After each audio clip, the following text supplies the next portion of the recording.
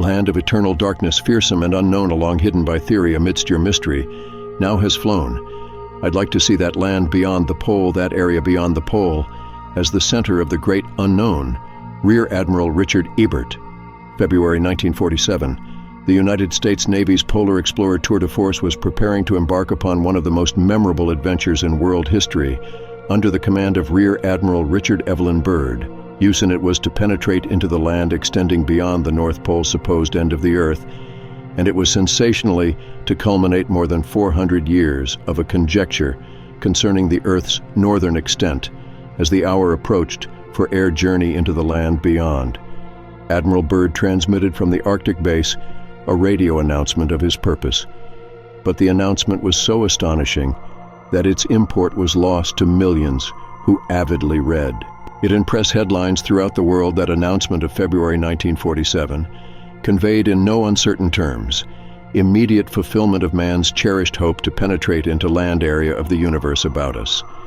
It promised appeasement of man's hunger from knowledge of Aruda to the luminous celestial mansions that had promised of knowledge at once, not 100 or 1,000 years in the future, like every great truth.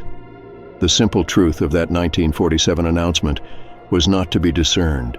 The announcement's lack of ambiguity in describing the celestial route rendered it like the descriptive message of 20 years before, a truth stranger than fiction.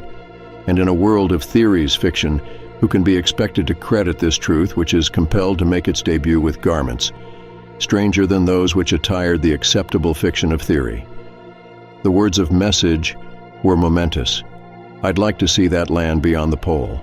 There was nothing complex in that expressive statement of fact, yet despite its simplicity, the statement had to be misunderstood by the many who, unlike the Admiral from Boston, feared the unknown. The simple announcement provided such an impact on popular misconception that it was at once distorted so that it might fit into the established fiction. There can be no land beyond the wall. The Admiral cannot possibly be going where he clearly states he is going carefully. No, the remainder of the announcement, that area beyond the pole is the center of the great unknown. How could the Admiral have a reference to any mathematically established and the currently known area of the assumed globe Earth, as prescribed by the theory of 1543? It must be conceded that the land beyond the which Admiral Byrd referred had to be land beyond and out of bounds of theoretical extent had it been considered part of the mathematize. Dorothy, it would not have been referred to as center of the great unknown were a part of the recognized globe Earth. It would be known, not unknown, to confirm the import of Admiral Byrd's announcement. One is only to examine the globe, which is symbolic of the Earth concept imposed in 1533. Try to find any area of land, water, or ice which encroaches upon the North Pole, and which is not known. It will be seen that terrestrial areas extending toward the pole, from the east, from the west, and from the south, are now very well known, and have been definitely established as terrestrial areas for many years, his Spitsbergen or Siberia unknown, and to any such land areas extend north beyond the North Pole. They certainly do not.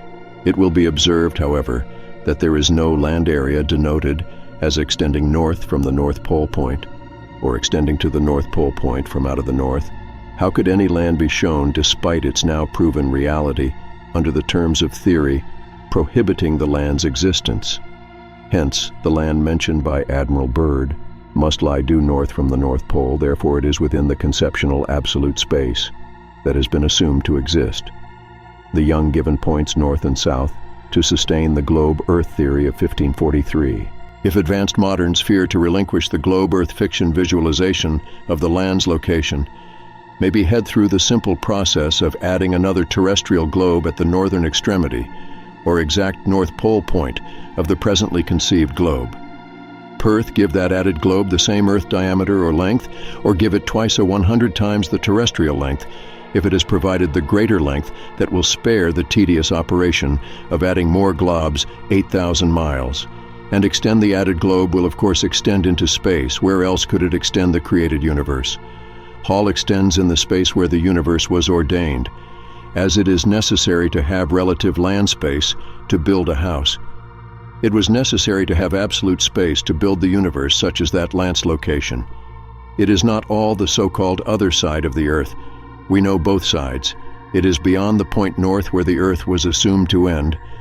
It is endless in its extent toward entity celestial land areas, under the luminous points observed up or out from the known Earth area of theory, in review of the magnificent naval accomplishment of February 1947.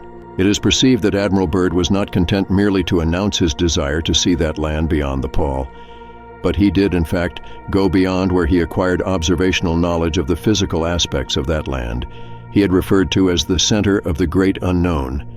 Unlike the flight of fancy indulged in by the Boston Cardinal and the early Pilgrim of 1927, the Admiral and his airplane crew accomplished a physical flight of 7 hours duration in a northerly direction beyond the North Pole.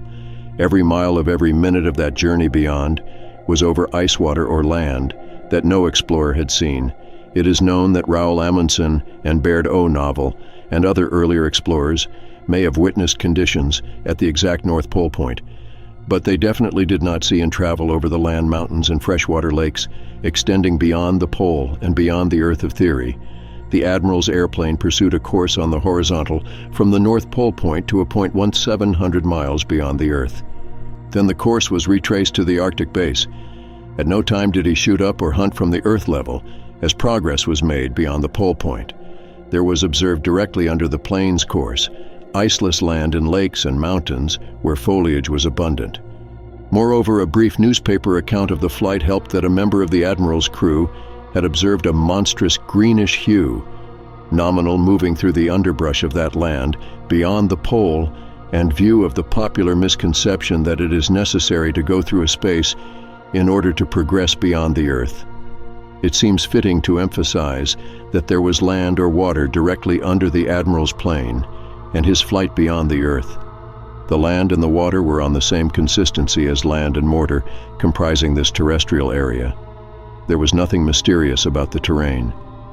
The atmospheric density provided oxygen content common to temperate zone areas of the known Earth. Above the airplane stretched the continuous sky beneath that reposed the land.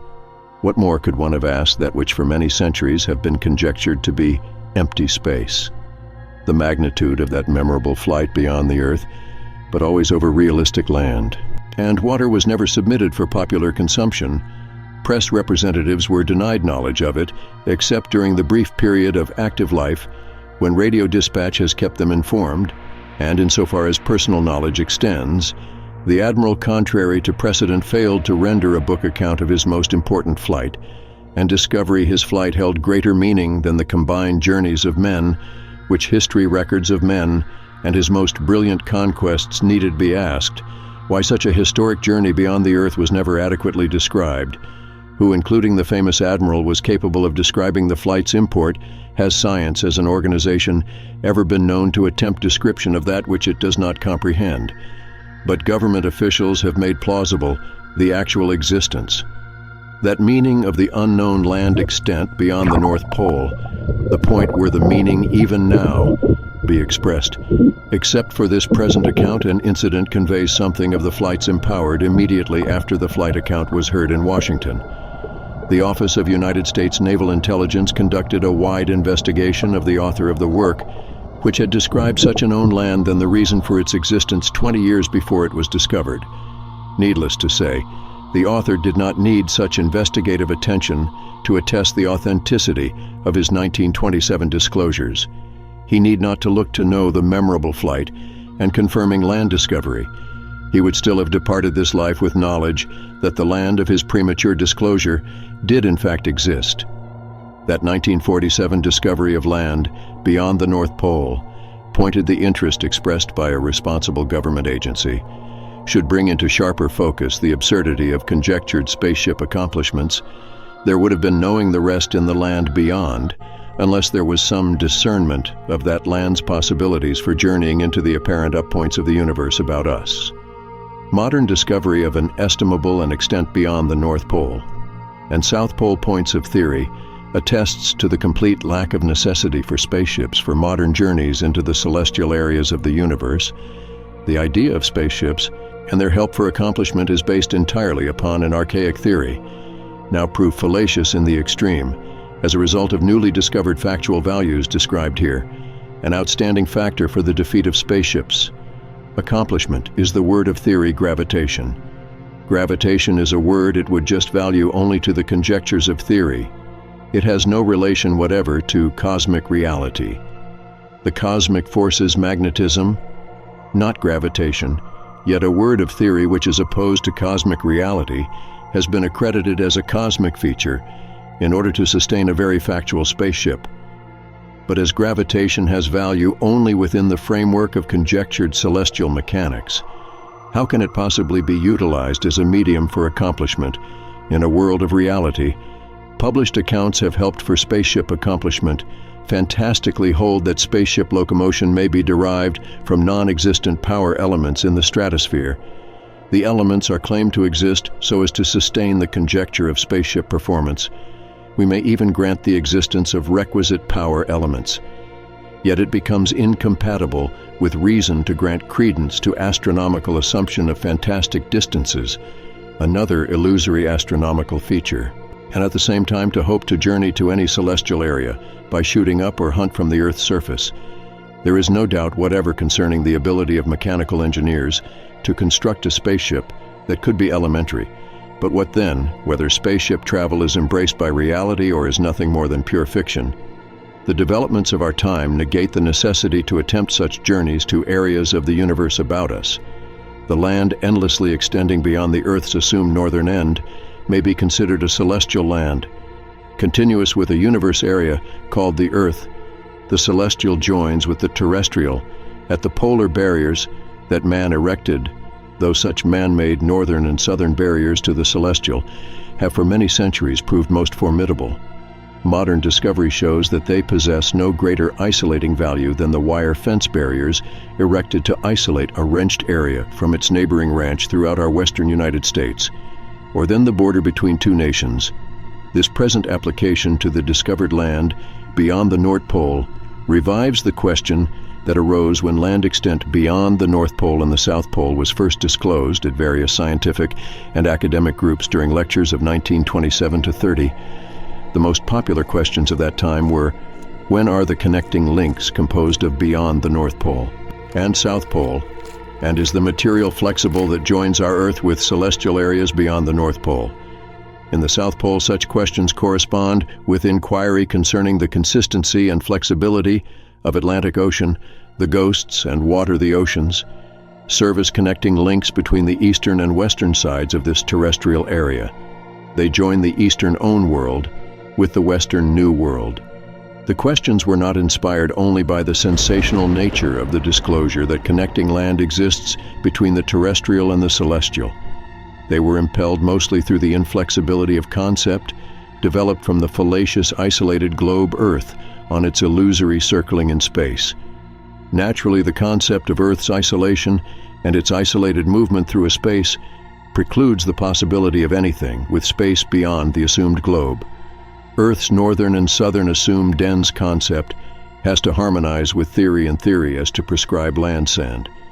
At the mathematized geographic centers, the imaginary pole points. Such points must have mathematical on conceptual necessity. Designate the modern northern and southern dropping-off points. They are equivalent to the eastern and western horizontal earth ends considered to be dropping-off points prior to the discovery of this new world. That earlier concept created fear that ships sailing to the eastern and western horizon points would fall over the Earth's edge and be forever lost in space, whereas the superseding concept created fear of being lost in space beyond the illusory northern and southern ends of the Earth, such as the power of concept review of facts, discloses that the concept developed by the astronomer Ptolemy is based in the Eurosuri, and that this vast western so-called hemisphere exists where space was conjectured. The course of journey from the eastern half of the terrestrial width to the western half never necessitates shooting up or down from one side to the other side as on a direct line, but the globe's simple fosters the illusion that one side is under the other. Up and down are almost relative on a terrestrial plane. Likewise are up and down relative in the universe whole. Hence the undeniable facts of modern enterprise attest to the similarity of yesteryear's conceptual error with that of our time. Yesteryear's illusions are repeated, but they have been applied to different areas. The memorable discovery of land beyond the South Pole on December 12, 1928, and the subsequent discovery of land extending beyond the North Pole in February 1947 confirmed that the previously assumed Earth and continued into celestial land areas appearing up or hunt from terrestrial level because of the structure of the universe whole, wherein the terrestrial is actually three obscured warts area, rather than as an isolated unit. Now shooting up or out from terrestrial level is required for immediate and unfailing journey at areas of the celestial, the northern and southern land courses into the universe about us. To Mars, Saturn-named area of the celestial are now clearly defined. They can be traveled over as readily in this modern, or of airplane speed and simple radio communication, as an ocean steamer can move down from one side of the misconceived globe Earth, or up from the other side. The up and down perspectives have no factual value in their notion. Steamer's movement, or an airplane's flight from one side of the Earth to the other side. The globular concept fraudulently attire is such perspective with a reality in an attempt to view the universe and to determine journeys to its celestial areas. The relation of the terrestrial to the celestial is likewise provided with false up and down isolation, because the celestial appears to be up from the terrestrial. Hence the deceptive condition becomes endowed with realism in plans for journeys to celestial areas. Though the error of concept may be understood and excused, it could have no way be modified unless the concept is discarded. Conceptual growth has ever dependent on the nourishing irrigation of change. The following comparison is provided as a timely arrogant, conducive to such change.